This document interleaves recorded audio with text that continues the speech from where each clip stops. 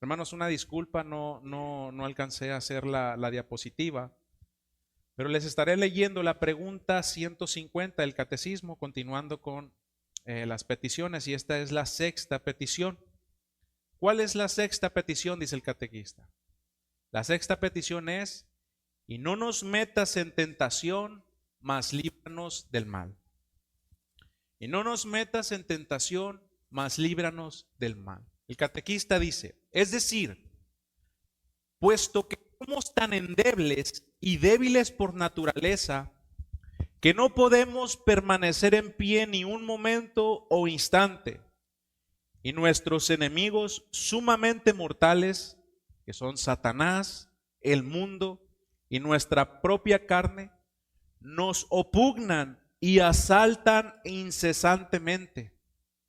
Sosténos, afírmanos y fortalécenos por el poder de tu Espíritu, para que en este combate espiritual no cedamos como conquistados, sino que lo resistamos con firmeza todo el tiempo, hasta que al fin obtengamos la victoria plena y perfecta.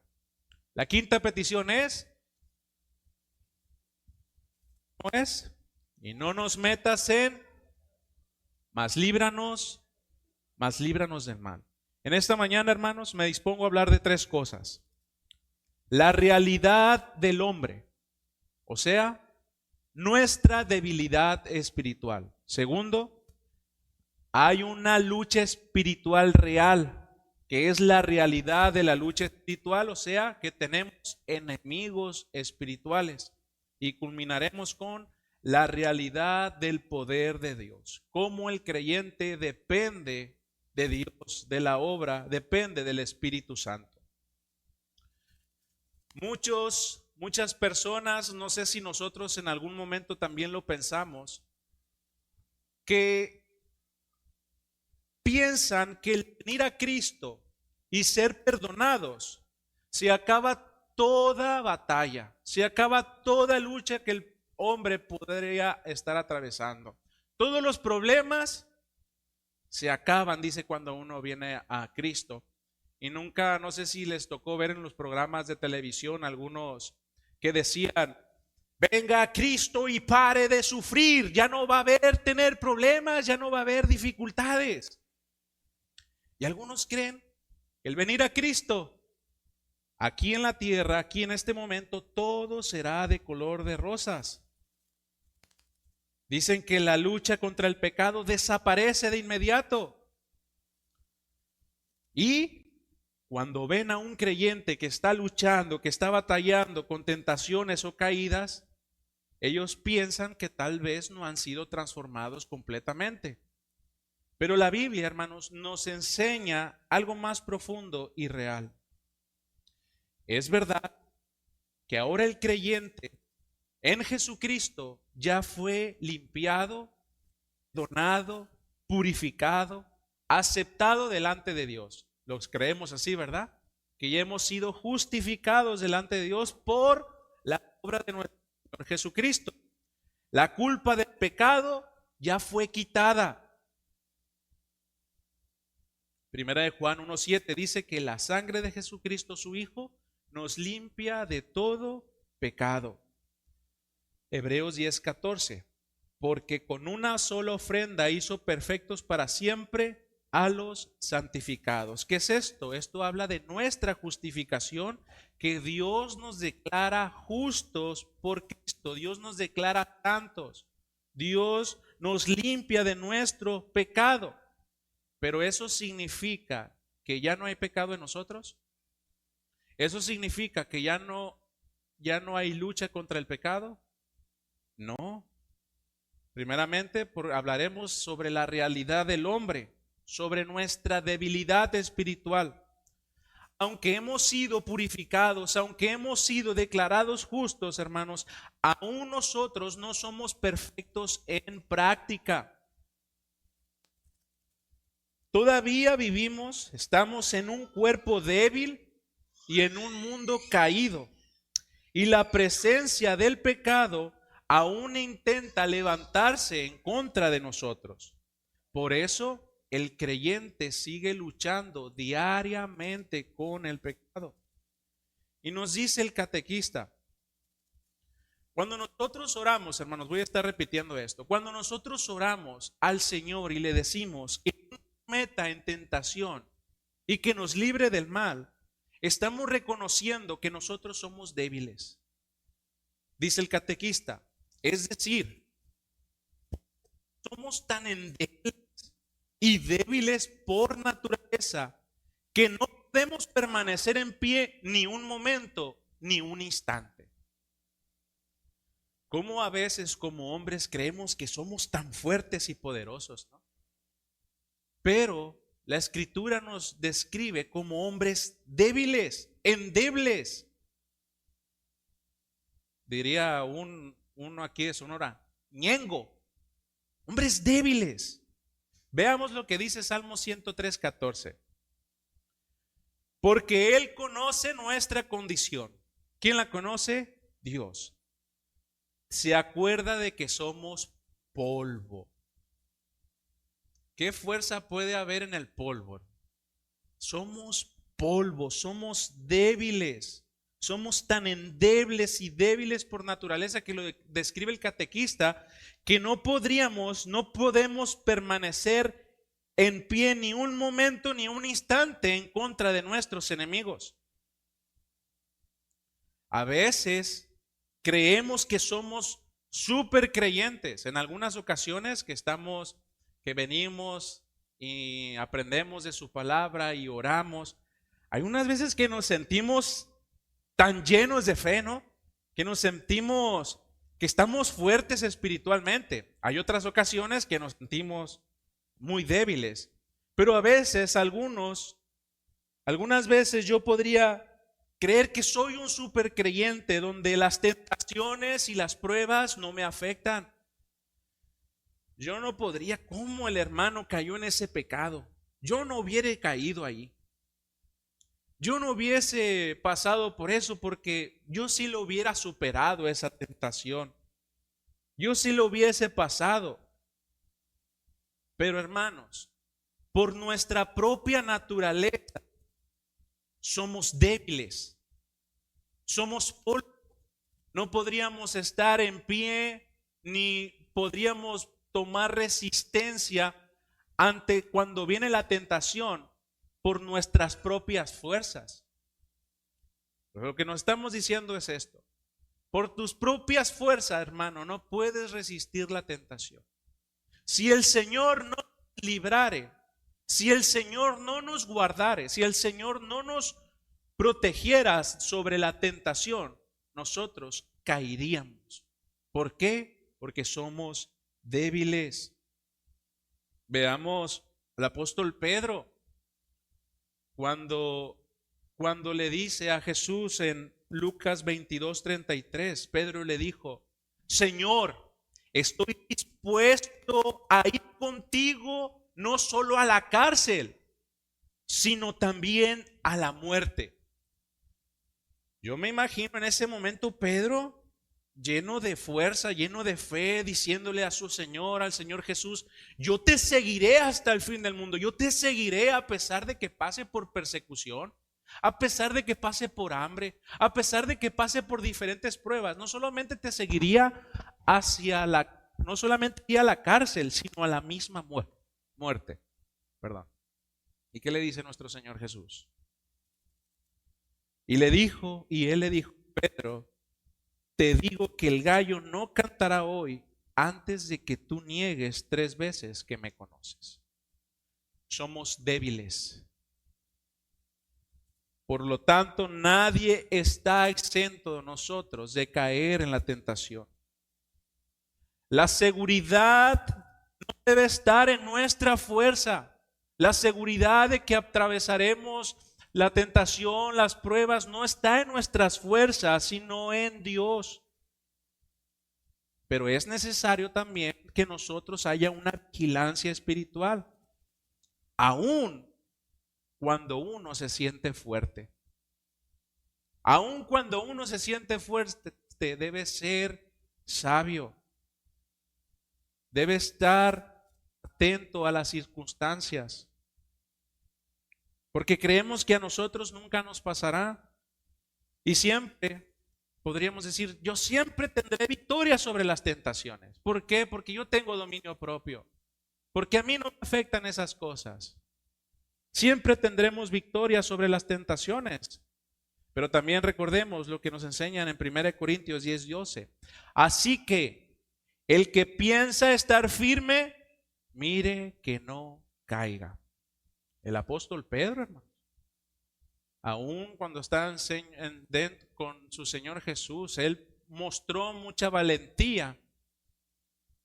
Pero cuando se atravesó la persecución, le negó 3 veces a su Señor. Entonces, nosotros no podemos creer que porque nos sentimos fuertes, a veces pensamos y decimos, hay una tentación ahí, pero voy a ir, al cabo eso a mí no me afecta. Hay un programa de televisión que salen cosas que no debería de ver, pero las voy a ver, al cabo eso a mí no me afecta. Voy a estar entre este grupo de jóvenes que no son creyentes y hablan cosas que no son acerca del Señor. Voy a evangelizarles, pero voy y estoy involucrado entre ellos donde no debería de estar.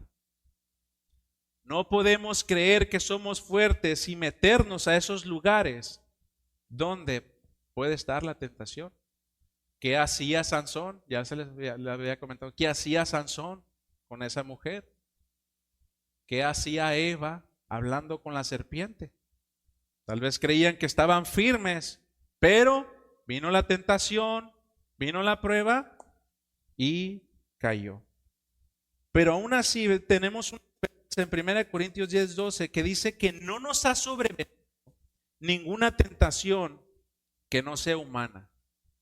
Pero fiel es Dios que no nos dejará ser tentados más de lo que podáis resistir, sino que dará también juntamente con la tentación la salida para que podáis soportar. ¿Qué quiere decir, hermanos? Cuando nosotros oramos, ¿qué quiere decir cuando nuestro Señor Jesucristo nos enseña a orar, nos da este modelo? Que digamos, no nos metas en tentación. Con ello, estamos pidiendo a Dios que no nos deje ceder al pecado, que no nos deje caer en el pecado, que no nos entregue al poder de la tentación. Primeramente, entendamos que hay una diferencia entre pruebas y tentaciones.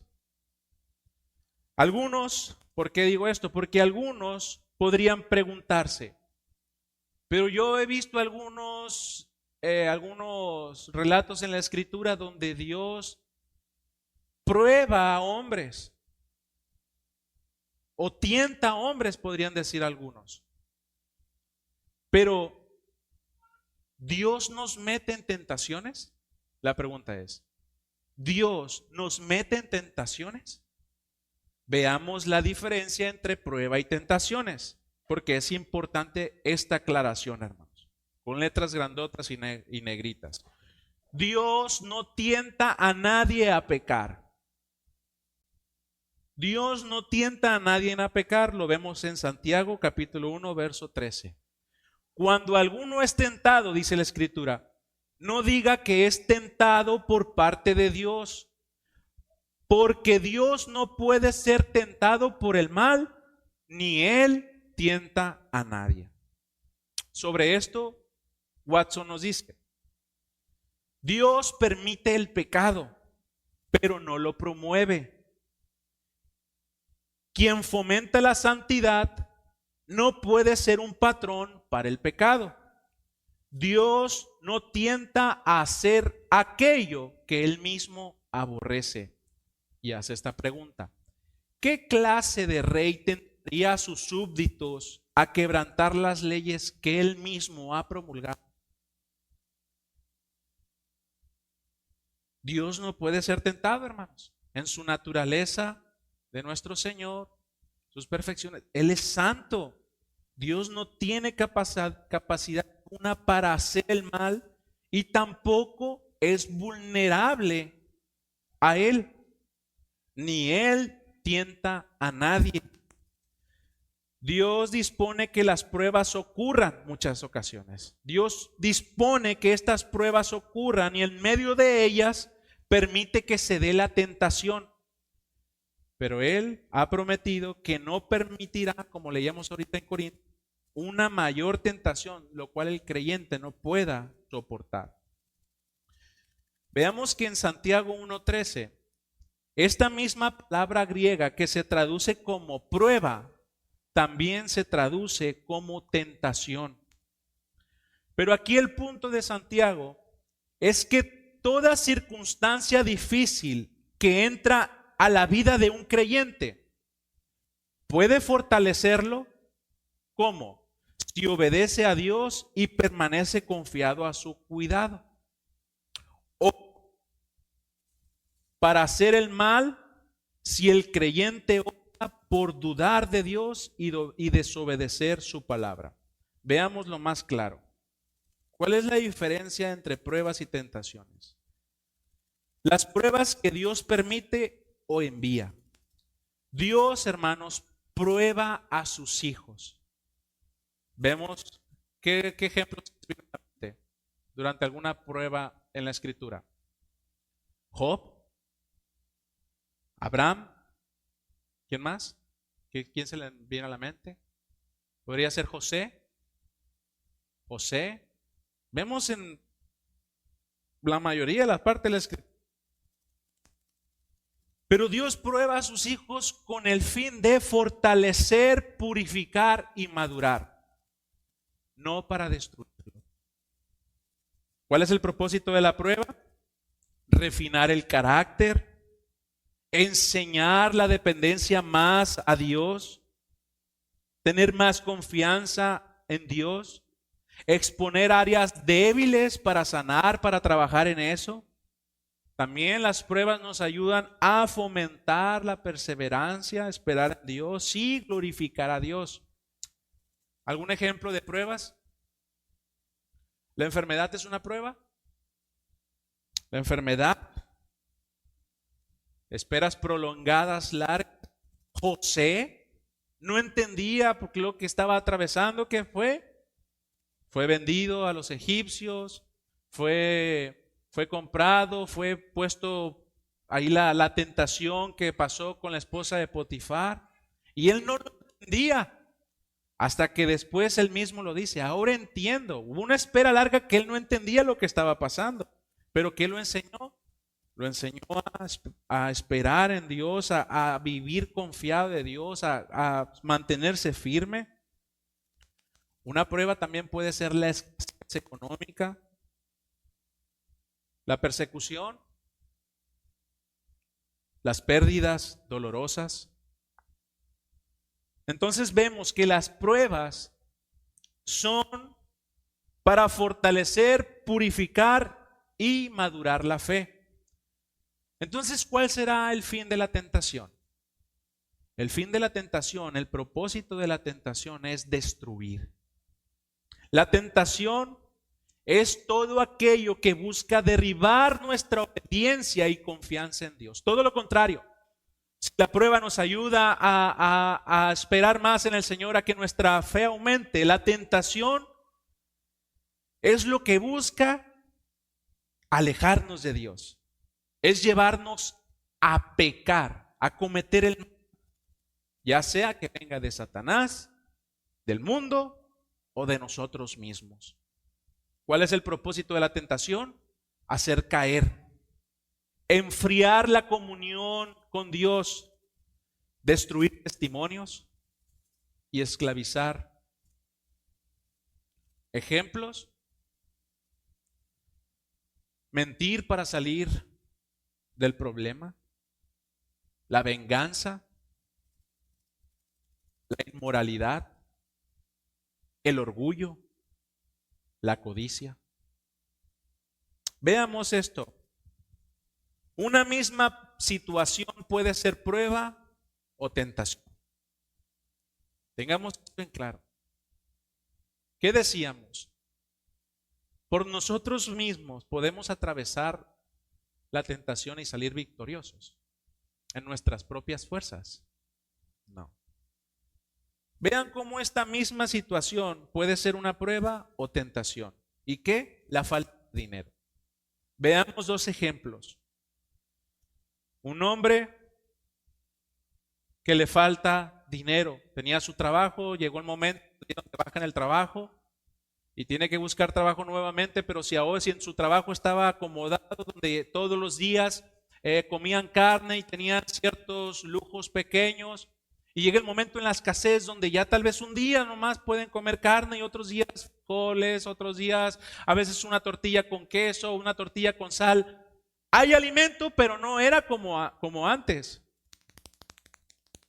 Y si ese hombre está confiando en el Señor, él lo va a ver como una prueba. ¿Por qué? Porque él entiende que debe tener contentamiento en medio de la escasez o en medio de los problemas o en medio de las dificultades. Él debe estar contento, pero también trabajando, buscando un trabajo y orando y confiando en el Señor. Señor, confío en ti que no me falta el pan, pero no estoy igual como era antes. Confío en que tú harás tu voluntad. ¿Y qué pasa en ese hombre? Dios aumenta su dependencia de Dios, sabiendo que Él tiene el control de todas las cosas, aumenta su fe, su confianza, ora más, se acerca más a Dios. Veamos otro ejemplo. La misma situación, pero diferente pensamiento. ¿Qué pasa? No tengo dinero. ¿Y ahora cómo le voy a hacer? No es posible que no tenga dinero si yo me lo merecía, si yo era capaz de hacer esto. Empieza a desconfiar de Dios. No tiene contentamiento. La situación lo hace envidiar, lo hace codiciar y lo puede hacer, lo lleva a robar. Vemos la misma situación, pero cuando es una prueba, cuando se toma como una prueba y cuando es la tentación, la prueba fortalece, la prueba nos ayuda a confiar en el Señor. La tentación nos derrumba, la tentación nos lleva a pecar. Y entonces, cuando oramos, que Dios no nos meta en tentación, no estamos pidiendo nunca ser probados. O sea, no nos metas en tentación, Señor, nunca me metas en tentación. No, porque en este mundo tenemos unos enemigos reales que estaremos atravesando por medio de dificultades. No oramos no ser metidos, o sea, no ser probados, sino que estamos diciendo que no seamos vencidos en la prueba. Que Dios nos ayude a tener ese carácter, esa que haga en nosotros, como ese hombre que está firme en la palabra de Dios y confía en Dios. Cuando pedimos que no nos metas en tentación, no pedimos nunca ser probados, sino que no caigamos en pecado. Pedimos que Dios nos sostenga en medio de toda dificultad. La lucha contra nuestros enemigos, como decíamos al principio, que unos pensaban que cuando veían a otros creyentes batallando, luchando contra la tentación, la lucha contra nuestros enemigos no niega la salvación. No significa que esos que batallan, que están batallando, no son salvos. Muchas veces la confirma. ¿Por qué, hermanos? El inconverso vive cómodo en su pecado. ¿Por qué? Porque hace la voluntad de su padre el diablo. Y él está tranquilo. No hay lucha, no hay una lucha, una batalla. Va de acuerdo a la corriente del mundo. Sus deseos, hace lo que el mundo le pide. No batalla, no lucha. Va como pez en el agua. Pero el creyente pelea contra el pecado porque ahora tiene una nueva naturaleza y el Espíritu Santo mora en él. Y con el solo pensar, si la corriente viene de allá, de sur a norte, y nosotros vamos a caminar hacia allá, ¿hay algún esfuerzo? No, hasta puedo dejar de caminar porque la corriente viene de allá hacia acá. Pero ¿qué pasa cuando empezamos a nadar contra corriente? Empieza a haber un esfuerzo, una batalla. El creyente, ¿por qué empieza a luchar, empieza a batallar contra Satanás, contra las maquinaciones del diablo, contra el mundo y contra su misma concupiscencia? Empieza a pelear. Y le decía ayer a mi esposa, tú estás batallando en la vida cristiana. Estás batallando y dices, no, yo me la paso bien a gusto la vida cristiana. Yo no tengo ningún problema. Podrías pensar así. O el cristiano está batallando constantemente. Fui a Sinaloa esta semana y hablando de esto, yo recordaba que antes cuando era niño yo les llevaba a mis primos corridos, les llevaba, andaba entre ellos, entre la música, en la camioneta, sacaba la mano, era fachoso. Pero desde que empecé, cuando ya dije yo, tengo que entregar mi vida al Señor, cuando reconocí al Señor y me arrepentí de mis pecados, ¿qué pasó? Ahí viene el loco de la familia. Los que antes me abrazaban, ahora ahí está el loco. Oye, pero tú antes eras feliz y andábamos ahí entre la música y esto, pero ahora ya no quieres nada de esto. ¿Y qué pasa? Me alejaba. Bueno, ellos mismos, muchas veces hay persecución entre la misma familia. El loco, el santito ese, ahí viene, hermano. Todos así. Empieza a haber una batalla entre el creyente. Y la pregunta es, ¿estás batallando, hermano? ¿Estás batallando en esta vida? Porque hay una realidad, es que hay una lucha espiritual. Y esto es real. Tenemos enemigos reales, que son enemigos espirituales, dice el catequista. Y nuestros enemigos sumamente mortales. O sea, sumamente mortales. No es como si nos describen nosotros primeramente como débiles, endebles, y tenemos enemigos sumamente mortales. ¿Qué diferencia hay? Mucha. Yo me imagino un tanque de guerra con un soldado simplemente parado y el misil apuntando a él. No hay nada que nosotros podamos hacer. Tenemos enemigos mortales. Y dice el catequista, sigue diciendo, enemigos sumamente mortales que son Satanás, el mundo y nuestra propia carne nos opugnan y asaltan incesantemente. ¿De dónde procede la tentación, hermanos? Procede del interior y del exterior. Del interior de nosotros mismos y del exterior de Satanás y el mundo. Veamos este enemigo, Satanás. Satanás es presentado como nuestro adversario, engañador y acusador. Busca en nosotros tentar, confundir y destruir. ¿Qué buscaba? ¿Qué le decía cuando estaban en el libro de Job, cuando Satanás le dice a Dios? Él te sirve porque tiene esto. Pero si se lo quitas, vas a ver que no te sirve. Busca acabar con el hombre. Primera de Pedro 5:8 dice, sed sobrios y velad, porque vuestro adversario el diablo, como león rugiente, anda alrededor buscando a quien devorar. Y yo me imagino, hermanos, yo andaba entre el monte y le decía a mi hijo Caleb que ahí podría haber gatos monteses, que podría haber pumas y que estuviera atento. La vida del creyente debe ser así. Nos dice Pedro, sed sobrios y velad, porque anda un león rugiente buscando a quien devorar. Hermanos, si nosotros vamos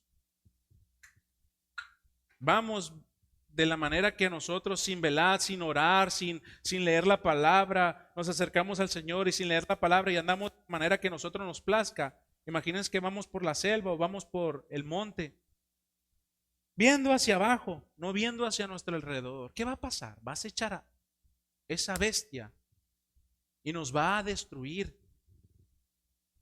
Nos va a destruir. Y no podemos ver esto a la ligera. Vuestro adversario, nos dice Pedro.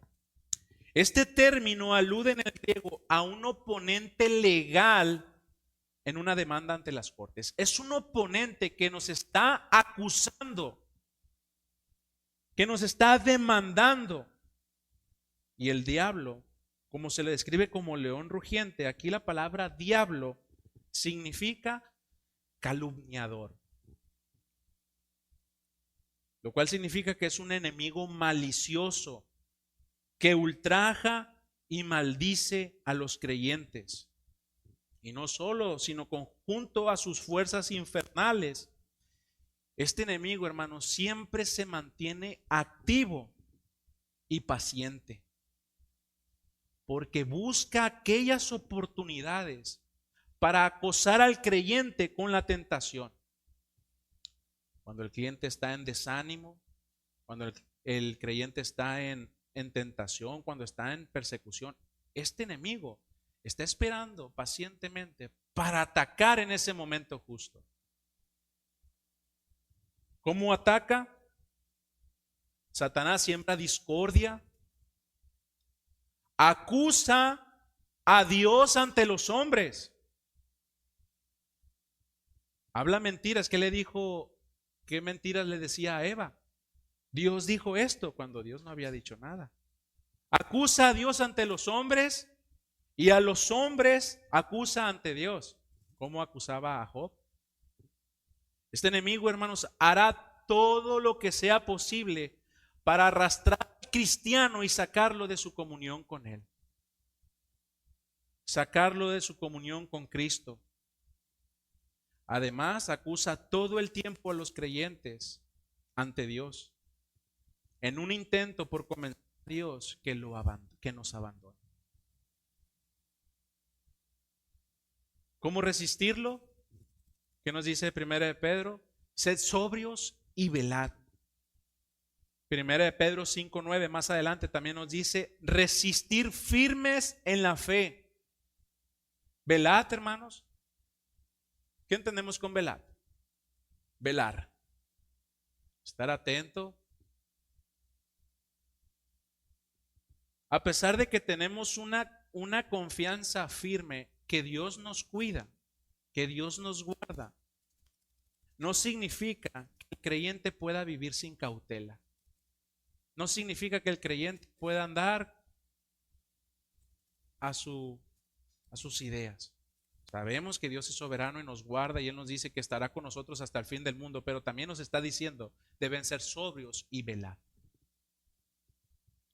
Porque las fuerzas malignas harán lo necesario para destruirnos y el creyente debe siempre mantenerse alerta y a la defensiva.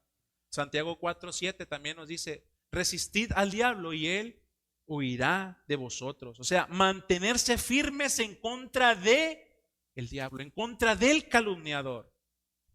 El método para resistir al diablo no consiste en fórmulas especiales o palabras dirigidas a él y sus demonios.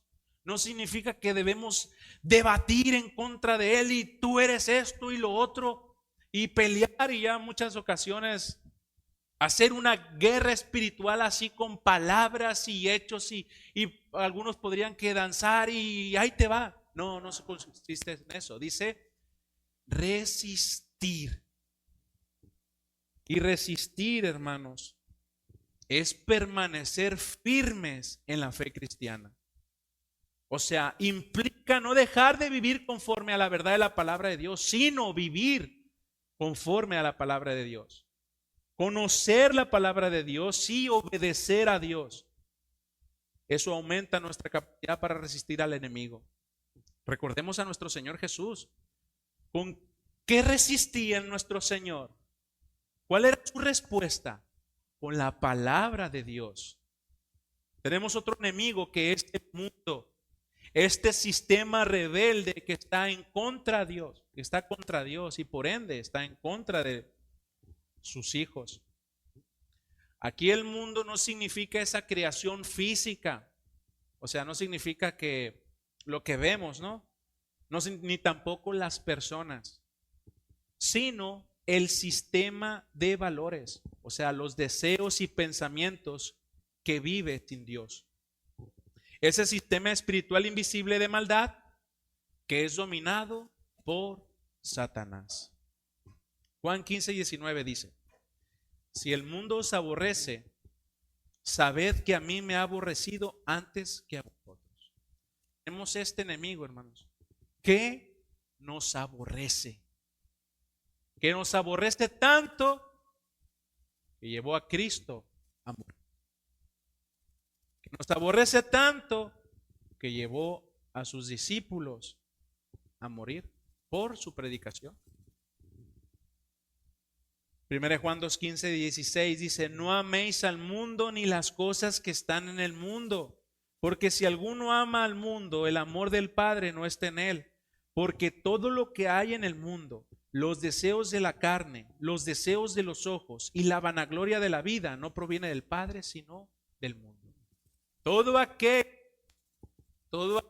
que proclama el mundo está en contra de Dios. Por lo tanto, es un enemigo. Todo lo que hay en el mundo, Santiago 4:4.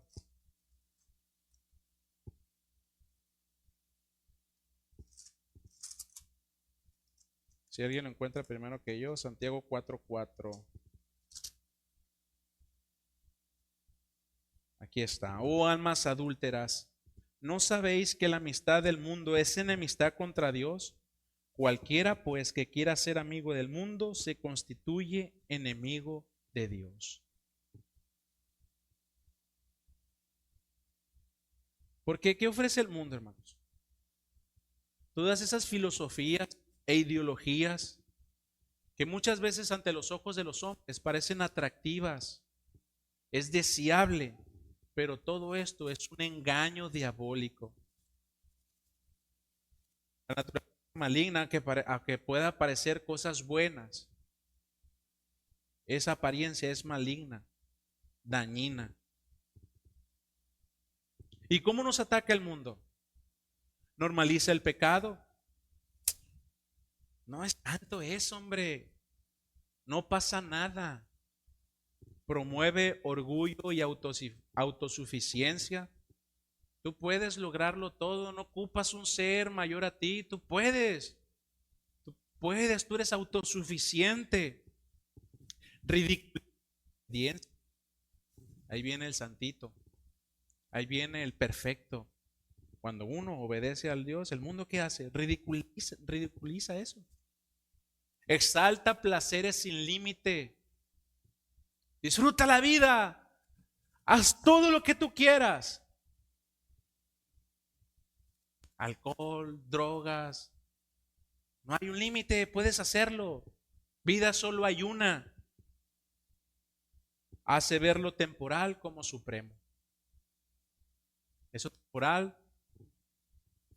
El tiempo es ahora. Disfruta la vida ahora. Ya mañana a ver qué pasa. Puedes venir. Bueno, mira, te voy a dar una oportunidad, dice el mundo. Puedes, ahorita vamos a emborracharnos, vamos a disfrutar la vida, vamos a cometer todo acto de pecado. Y ya cuando estés viejito, te arrepientes. ¿Cómo debemos vencer al mundo, hermanos? 1 Juan 5:4. Porque todo lo que es nacido de Dios vence al mundo.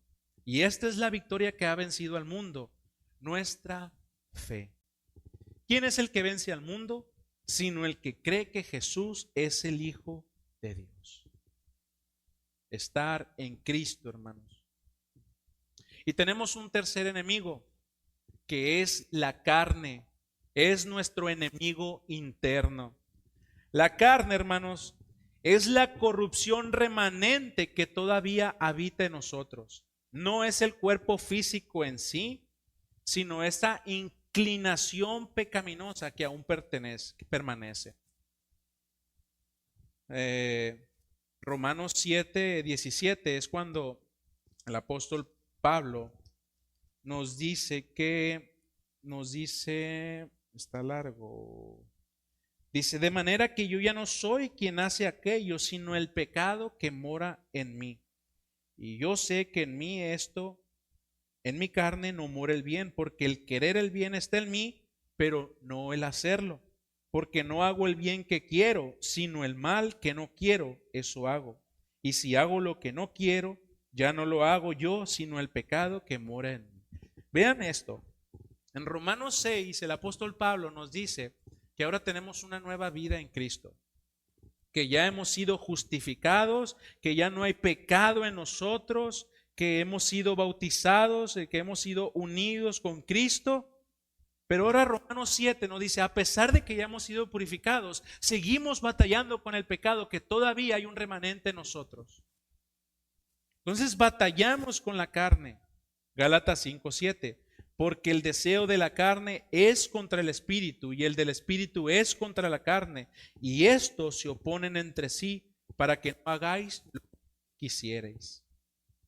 La segunda parte de Santiago 1:14-15 dice, sino cada uno, nos decían que somos tentados por parte de Dios, no puede ser tentado por el mal, ni tampoco él tienta a nadie, sino que cada uno de nosotros es tentado cuando de su propia concupiscencia es atraído y seducido.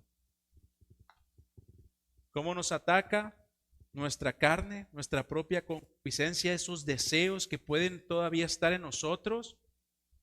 Con orgullo,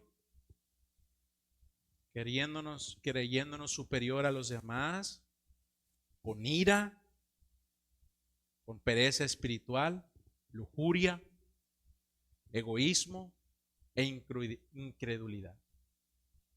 Algunos podrían pensar que es nuestro mayor enemigo nosotros mismos, luchando contra nuestros deseos. Hay algunos, escuchaba a un pariente también que decía, muchas veces llegan tentaciones a nuestra vida y todos le echan la culpa al diablo cochino, cuando son nuestra propia concupiscencia, nuestros propios deseos, que todavía batallamos con ellos. Siempre uso este ejemplo, creo que Martín Lutero, de esos pájaros que vuelan sobre la cabeza. Hay que estar siempre, hermanos, no llegaremos a la perfección en esta vida porque aún seguimos luchando. Pero esos pájaros que vuelan allí no debemos dejar anidar en nuestra cabeza, porque cuando anidan sale, florece lo que es el pecado y produce muerte. Y vean cómo trabajan juntos estos enemigos. Muchas veces cooperan juntos. Que decíamos que el mundo ofrece el pecado, ofrece los deseos de los ojos, los deseos de la carne. La carne, nosotros mismos, lo desea y el diablo lo impulsa y nos engaña. No pasa nada. ¿Cómo debemos combatirla? 2 Corintios 10:3-5. Pues aunque andamos en la carne, no militamos según la carne, porque las armas de nuestra milicia no son carnales, sino poderosas en Dios para la destrucción de fortalezas, derribando argumentos y toda altivez que se levanta contra el conocimiento de Dios, y llevando cautivo todo pensamiento a la obediencia de Cristo. Mateo 20:41 dice, velad y orad para que no entréis en tentación. El espíritu a la verdad está dispuesto, pero la carne es débil.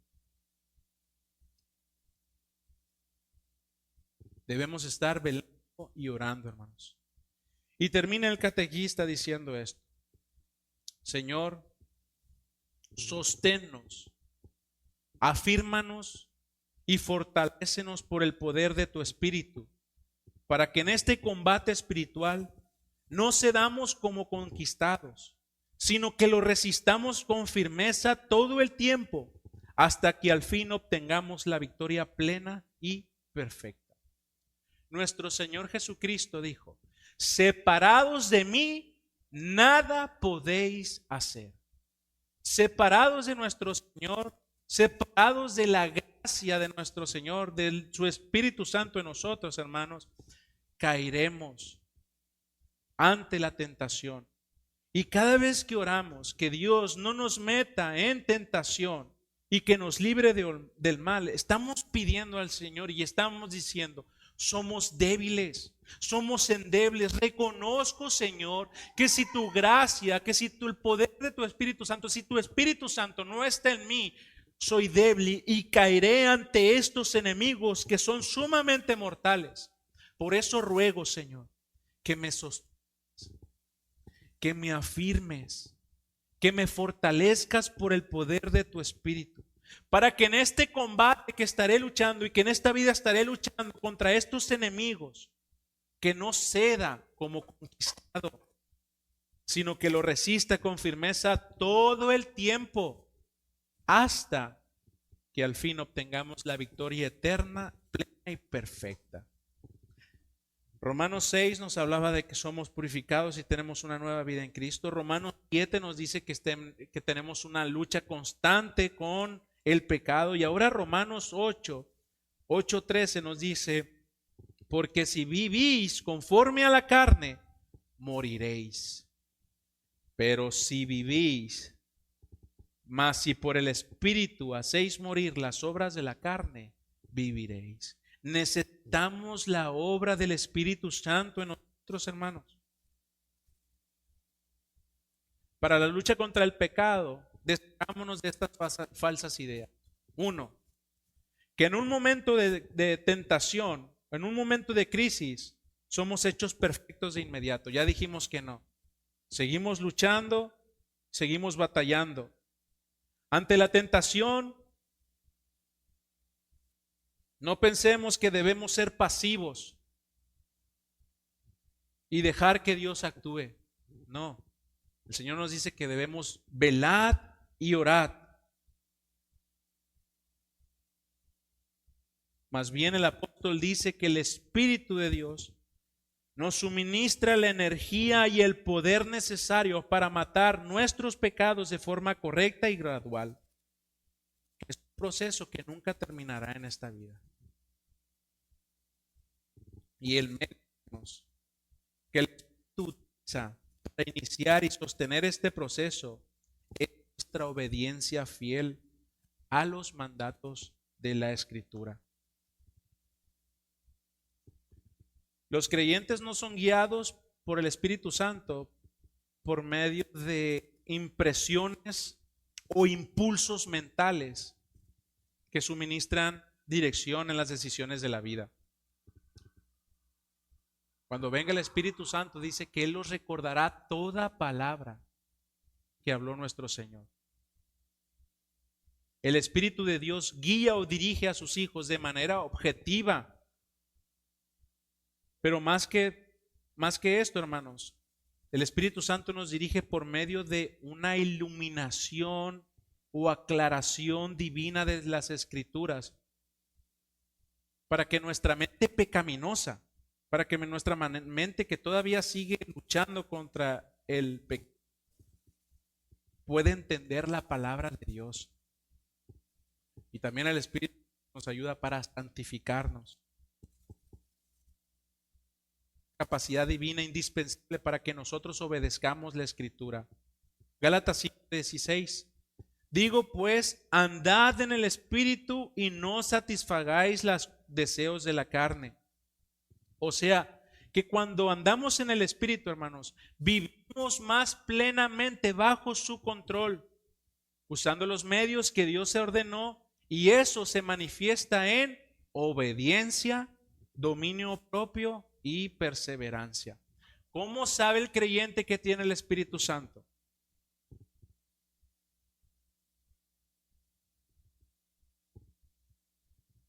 Nuestros hermanos continuistas, ellos dicen que tienen el Espíritu Santo porque hablan en lenguas.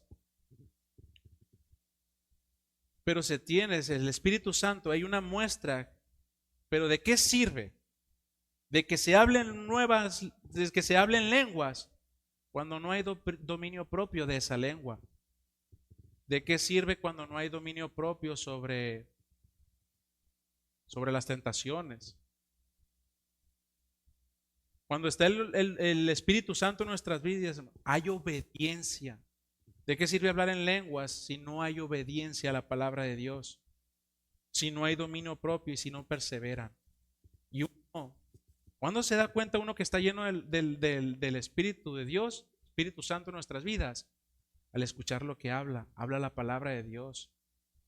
Es eso lo que nos caracteriza, hermano.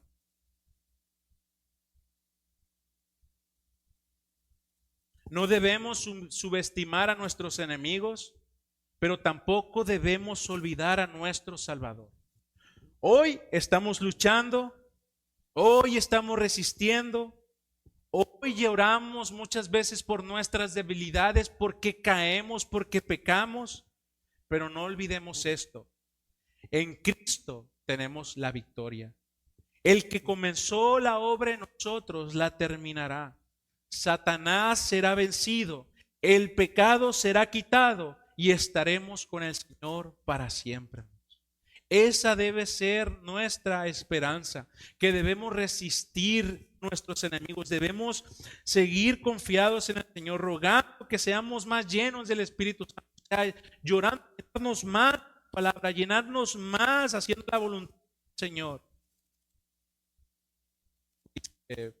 Pablo en Corintios 15:57, mas gracias sean dadas a Dios, que nos da la victoria por medio de nuestro Señor Jesucristo. Así que, hermanos míos amados, estad firmes y constantes, creciendo en la obra del Señor siempre, sabiendo que vuestro trabajo en el Señor no es en vano. ¿Cuál es la sexta petición? Se las leo ya para terminar. Y no nos metas en tentación, mas líbranos del mal. Es decir, puesto que somos tan endebles y débiles por naturaleza, que no podemos permanecer en pie ni un momento o instante, y nuestros enemigos sumamente mortales, Satanás, el mundo y nuestra propia carne, nos opugnan y asaltan incesantemente. Afírmanos y fortalécenos por el poder de tu Espíritu, para que en este combate espiritual no cedamos como conquistados, sino que resistamos con firmeza todo el tiempo, hasta que al fin obtengamos la victoria plena y perfecta. Amén. Muchas gracias, hermanos. ¿Tienen alguna duda?